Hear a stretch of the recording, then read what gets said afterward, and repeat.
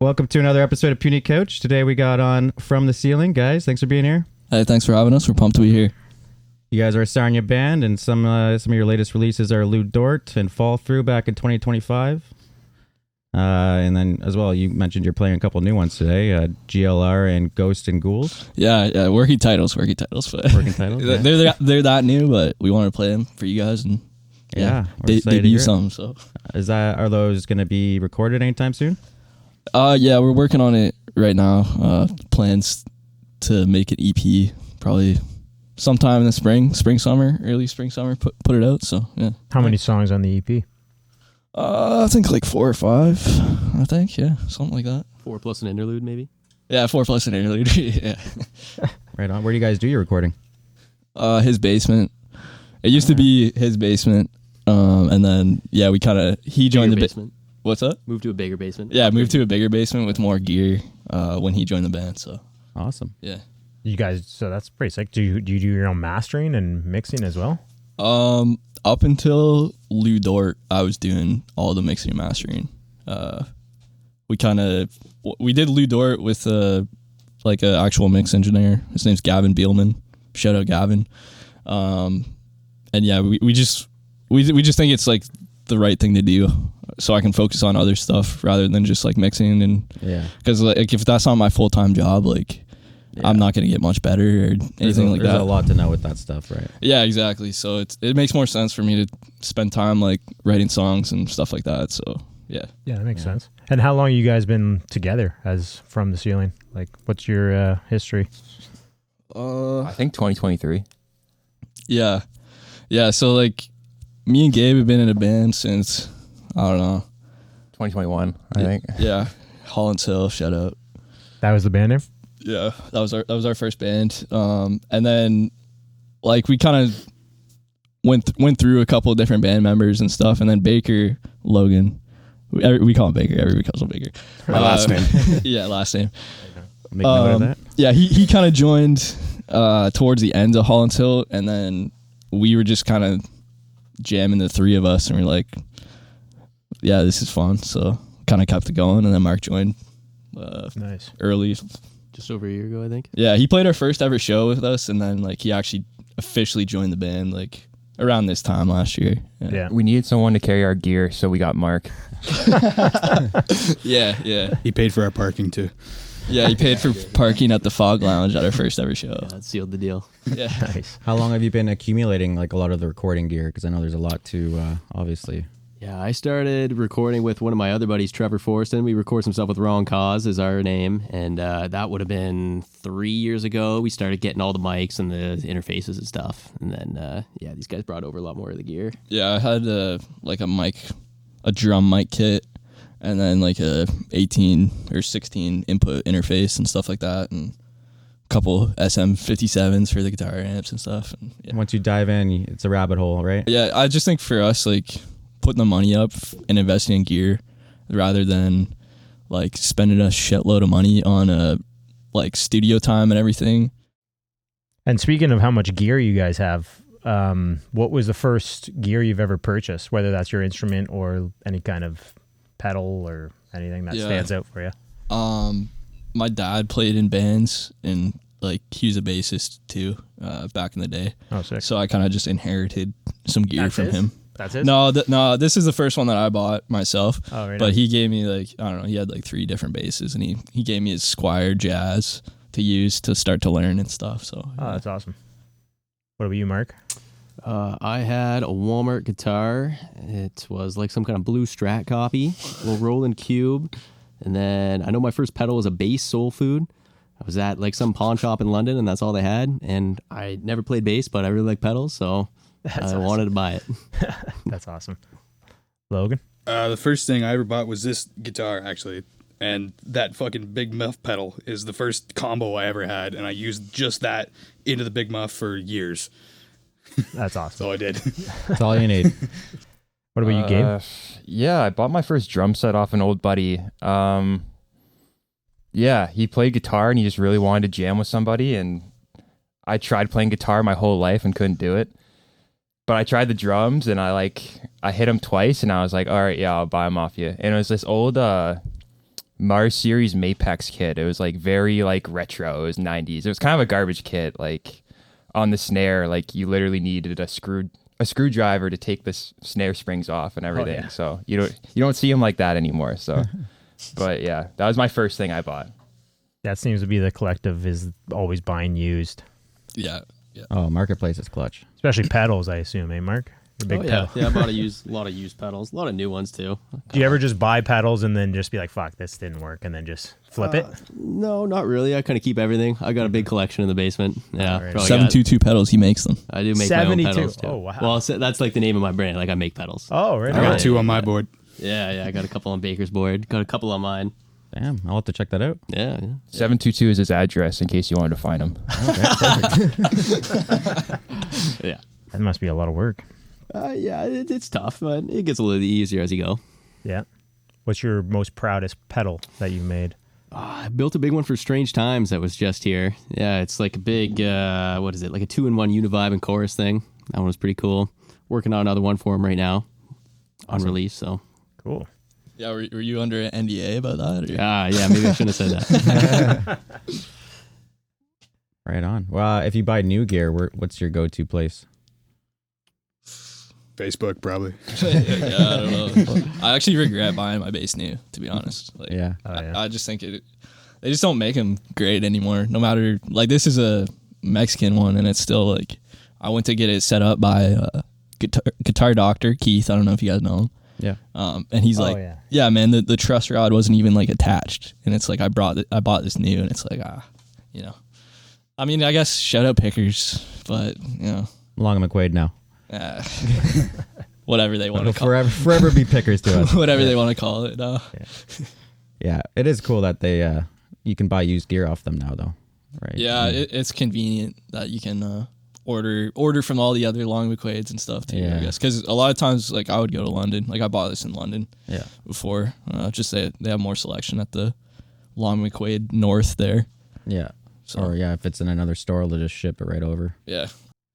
Well, back to you guys' music. You guys have a bunch of music videos online, which is pretty cool. Your Crash Out one looks quite well done. Like, it's really, really nice.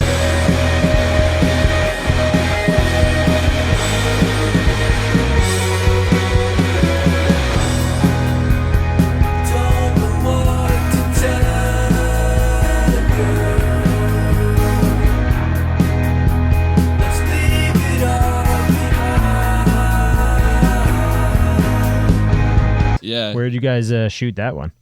So we shot it around town. My friend that I've known forever, her name's Brooke. She works in she went to film school. She works in Toronto as she does a lot of work on a bunch of shows. Like, she worked on it's funny enough, like Heated Rivalry. She was on the set of that and stuff like that. Cool. So they have a friend. I hope I'm pronouncing it correctly. Akana Productions. It's her and a couple of her buddies. And yeah, they kind of just did it like at cost for us because we were friends. Awesome. And yeah, they had all the expensive gear. It was like 4K cameras and everything like that. All the lights. They actually had a collection of lights, kind of like, you know, these ones that they got from like the Sportsnet studios and stuff like that. So Yeah, it was around town. We froze our asses off. It was cold. It was October, but it was like, it was bad. We were out at Mike Weir Park just freezing our asses off. They put us to work. Yeah, it looks really well done. How enjoyable is the process of actually like making it or conceptualizing it, or what kind of thought goes into that? The music video was like conceptualizing it. I kind of just gave the song to Brooke, and that was kind of her doing. There's her creation. Yeah, there. that's kind of what we wanted to, like, we were getting a sick video out of it, so we wanted it to be something that she could use in a portfolio and stuff like that too. Okay. So we kind of gave her creative freedom. It sounded like the concept was really cool, and it turned out really great, obviously, but I think we realized that making any video or film or TV or anything is like, it's taxing. Like, it was long days. Like I said, we were cold. Like, it's just, there's a lot more that goes into it than you really think. So that's kind of maybe why we stuck to the iPhone videos after that. Those are cool vibe too, though, right? Yeah. Kind of more. Raw. Yeah, the Lou Dort video was shot in Mark's basement, just off a. A little in the garage, a little on the front step. Yeah. One of our buddies, he found this little like flip camera. It's not even a flip camera. I don't even know what it was. Just some thrift store camera, and we shot it off of that. It looked pretty cool. Nice. Yeah. So what would be your creme de la creme favorite music videos of all time? Like if you had to pick one or two that just really stand out when you look back. Damn, Life in a Jar, Super Heaven.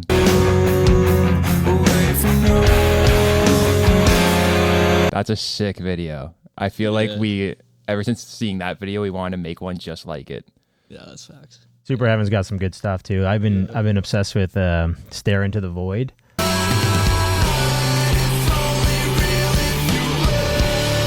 Oh yeah, That song. That's a good video too. yeah, the new album. Yeah, it's cool. Shout out Super Heaven. I'm wearing the shirt right now. Yeah. Nice. What about you, Mark or Logan? You guys got anything that sticks out? I mean, the most memorable music videos for me are like from the ones from MTV, like growing up, like I don't know, early 2000s. Just me and my sister used to just sit on the couch before school and just watch music videos all morning. And like the one that stands out the most is like anything from like Usher.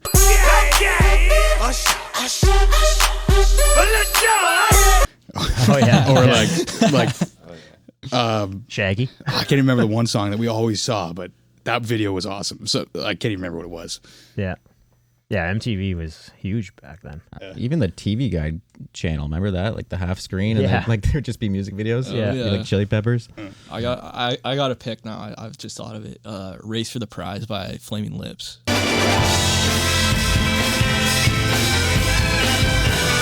Oh yeah. I love that song. It's a cool video too. Nice. Yeah, they're very artistic with their stuff. Yeah. What are you, Mark? You got one? Yeah, I'm a big fan of Andy Schaaf. He's got some good ones. They're kind of like animated, a lot of them. She says, you know, I've never really met someone like you. He's got some. They're like emotional songs. It'll be like a video of like an animated bird or something, but like gets to you. Yeah. Yeah. Right on. Or anything by Chumbawamba. I get knocked down, but I get up again. You're never gonna keep me down. They do great stuff. It does seem like back in the day, like the early 2000s, even the 90s, the music videos were different back then, eh? Like your Stacy's Mom and like all those like old That's a Alien Ant classic. Farm. Annie, you okay? You okay? You okay, Annie? That's a classic. Gob. Oh, The yeah. zombies on the field. I hear you calling for me out in the night. Yeah. Tonight by the Smash Pumpkins is a really good music video too.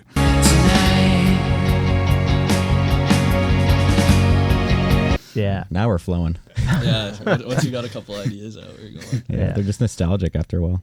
How do you guys discover new music? Like, I hate to shout out Spotify, but Spotify Shuffle Discovery playlist, I guess. Yeah, it's pretty convenient. Yeah, I find a lot of stuff actually, like, I don't know, you see a lot of shit on Instagram, but I've found a few actual sick bands or like other artists just on Instagram, I guess. Spotify's like, it's all right. Sometimes it puts me onto a song where it's like, oh shit, like this is sick. Yeah. Then other times it's just kind of like, okay, I listened to one Super Heaven song and now all of a sudden it's like all those bands in that genre that sound kind of similar, right? So Just puts you down a rabbit hole of that algorithm. yeah. How about it? Are you guys all the same then? Playlists? I would and agree. stuff? I would agree. Yeah. Social media, probably Instagram. Yeah. Yeah. You guys go to a lot of shows? Live shows? Yeah. I try to, but like most of the ones that like I want to see are always in like Detroit or Toronto, and it's tough to get it out to every single one. But Yeah. you try. Yeah, having Detroit there is definitely like pretty huge because most bands that we want to see go to Detroit. Going to Toronto, like it's kind of like you can't really go to Toronto on a weeknight, so having Detroit there is really nice because it's like you get home at, I don't know, midnight or whatever and go to work the next day. It's not that bad. Yeah. Yeah, I try. I probably don't go to as many shows as I like wish I did. I think kind of the shit going on in the States right now is kind of like, I don't know. I don't know if I want to go over there that much, but yeah. Yeah, true. fair enough. That's true. But it is nice being that border town where you got the option. It's Yeah. like right there, and then you go. Toronto's, I guess, a little farther, but it's Yeah. everyone's always rolling through Detroit, Toronto. So Yeah, that's where we saw Super Heaven. oh, sick. Yeah. Mark wasn't there, unfortunately, but we didn't really know Mark back then, though. So you would have been there if we knew you. But. When did you join the band again, Mark? It's just over a year ago, I think. Oh yeah, Yeah. new to the band.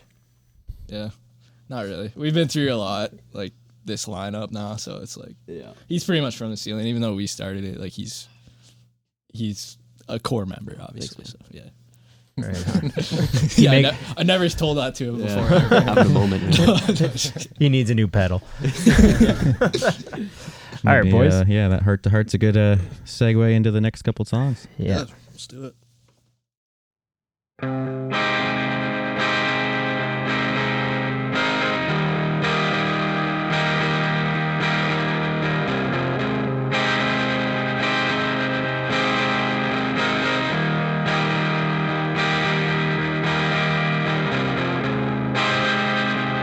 Woke up yesterday,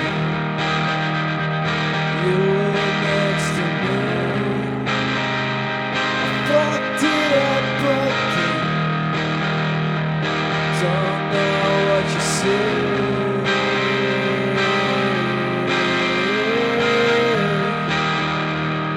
Don't know what you say.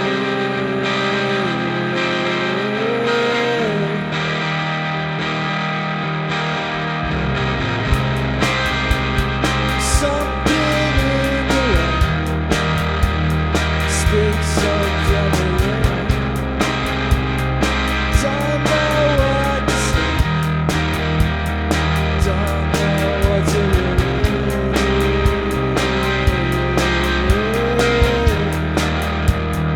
Don't know what to do.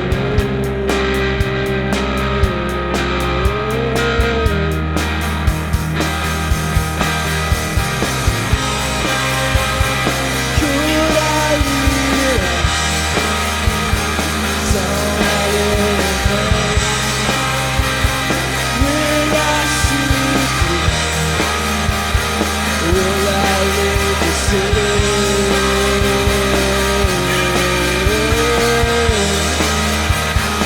If I leave the city.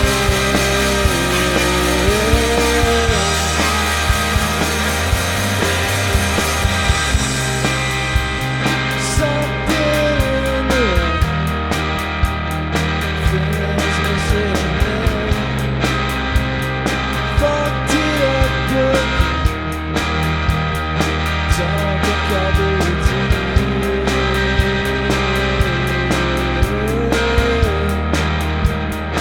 Don't think I'll be with you.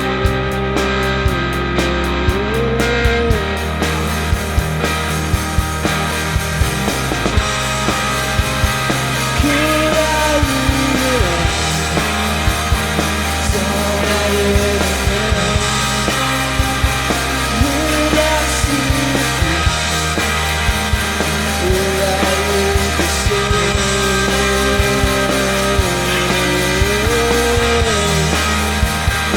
If I leave the city.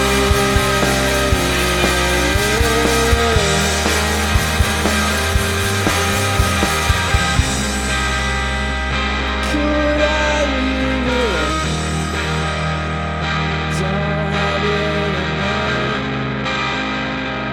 Will I see through? Will I leave the city?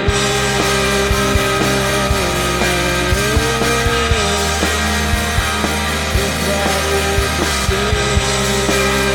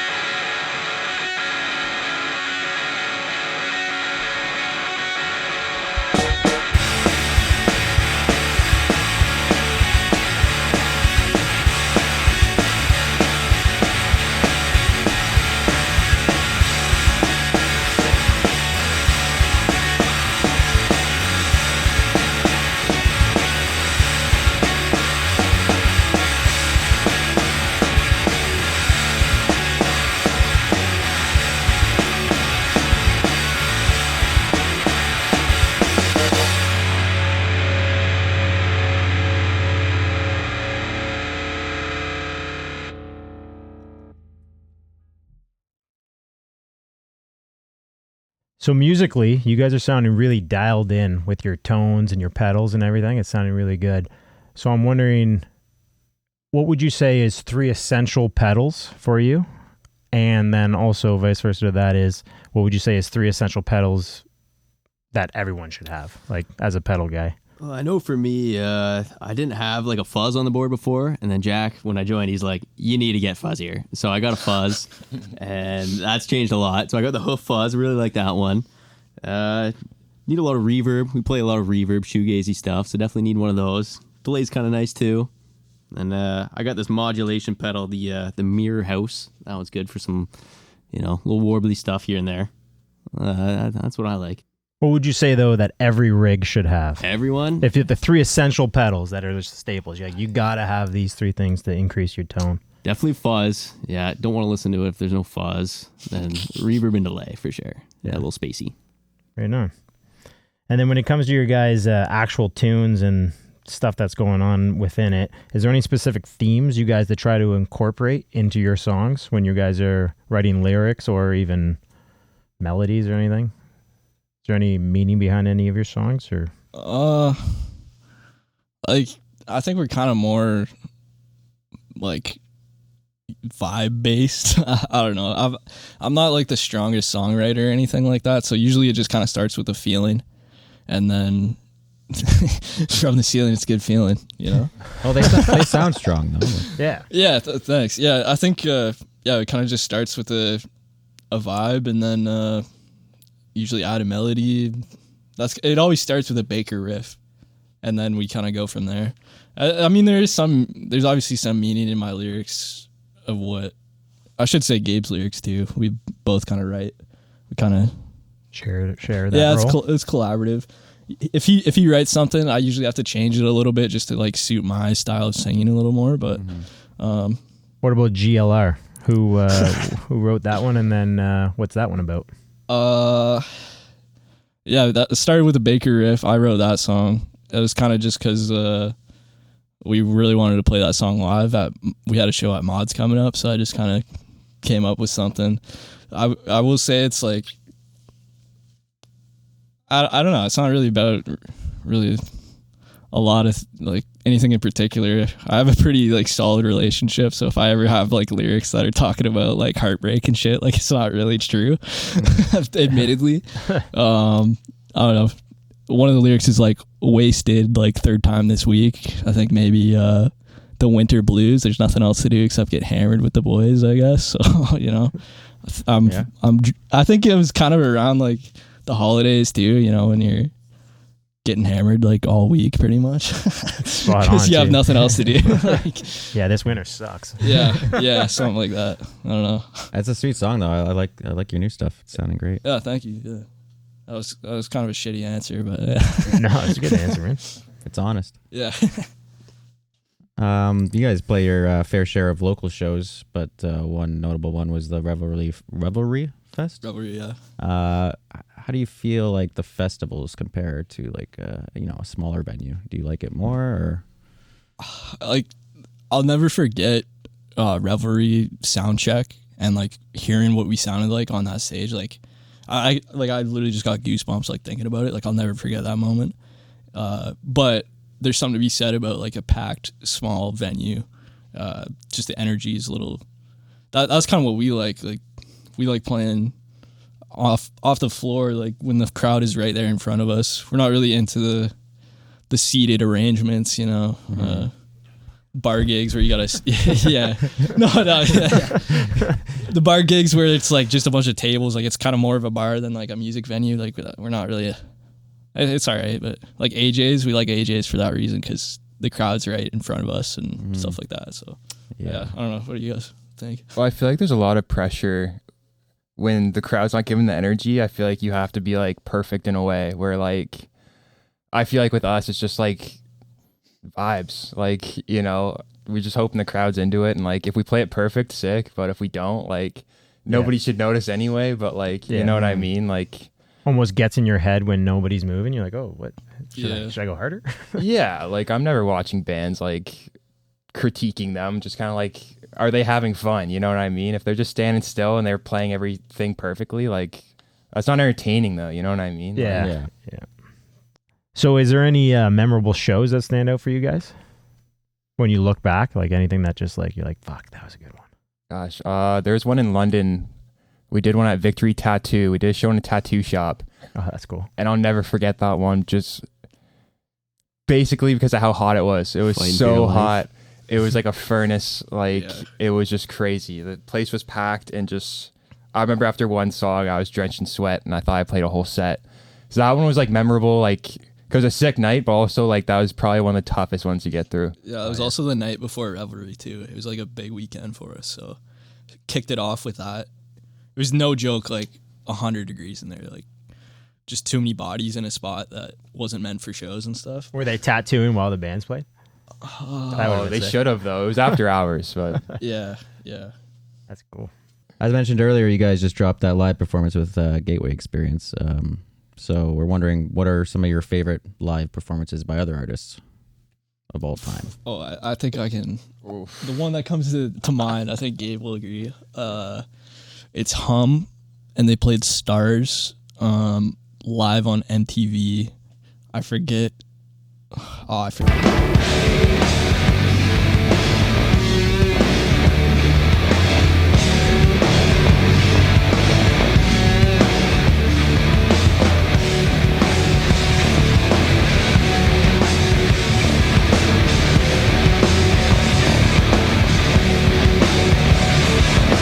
Forget what the show was called, but watch that a lot. Hum is a big band for me, at least. Cool. Nice. Mark? Dirty Nil is one of my favorite bands, and there's a video of them playing at Call the Office in London. It's closed down now, but like back when I was in school, it was a big venue around London.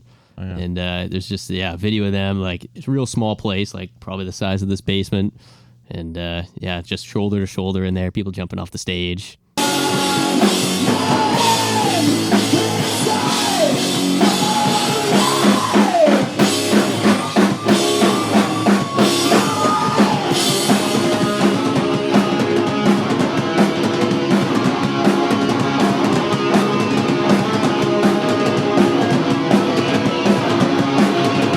That was a good one. Awesome. Logan? There's a band I like called Dogleg, and they do a performance inside of like an office building or something. There's like, it's just them three performing, and then in the background, it's just people like working their job at their desks.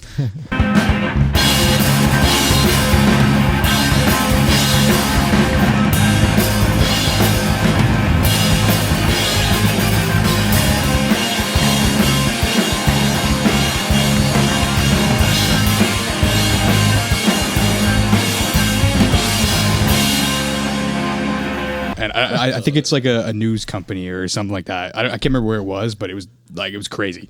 That's cool. Last but not least. oh jeez. Oh. I think I kind of took yours. Oh yeah, like that one's like so great. I'm trying to think of a number two here. I've been watching a lot of Fiddlehead live performances, and like I honestly can't even like pick one because they bring the same amount of energy every show. Like if you just look up Fiddlehead live, like each one's sick.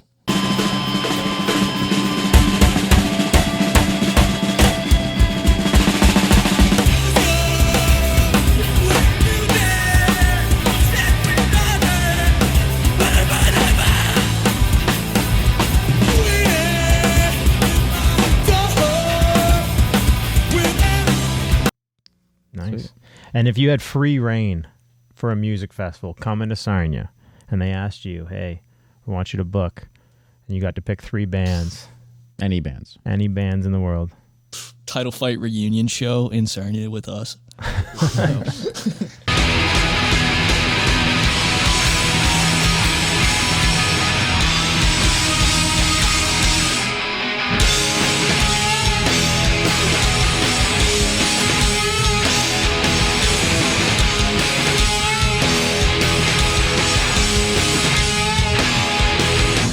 We're headlining though, obviously.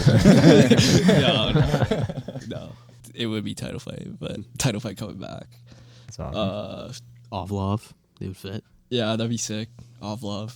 I like Basement too, personally. I don't know if you guys like Basement as much as I do, but wanna fight. I don't really have the time. I just wanna get it right. I just wanna love you. Your eyes, they speak the truth to me.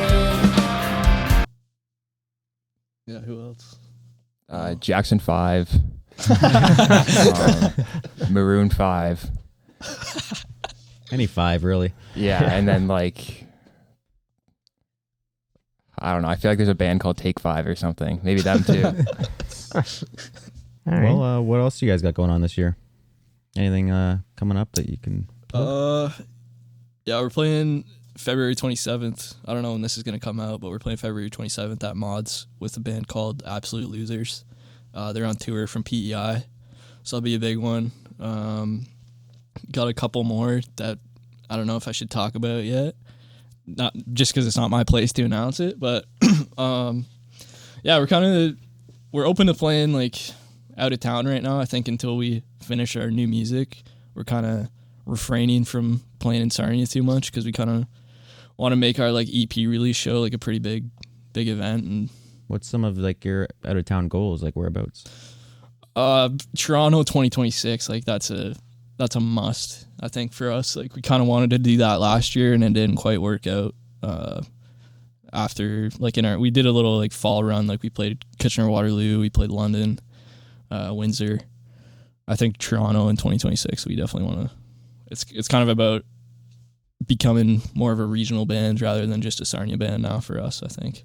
Montreal would be sick too. Yeah, that would be sick. That would be cool. Right on. All right, boys. Well, we're looking forward to everything that you guys got going on. Thanks for coming on. Yeah, thanks. Appreciate it, guys. Thank you. Let's rip another tune.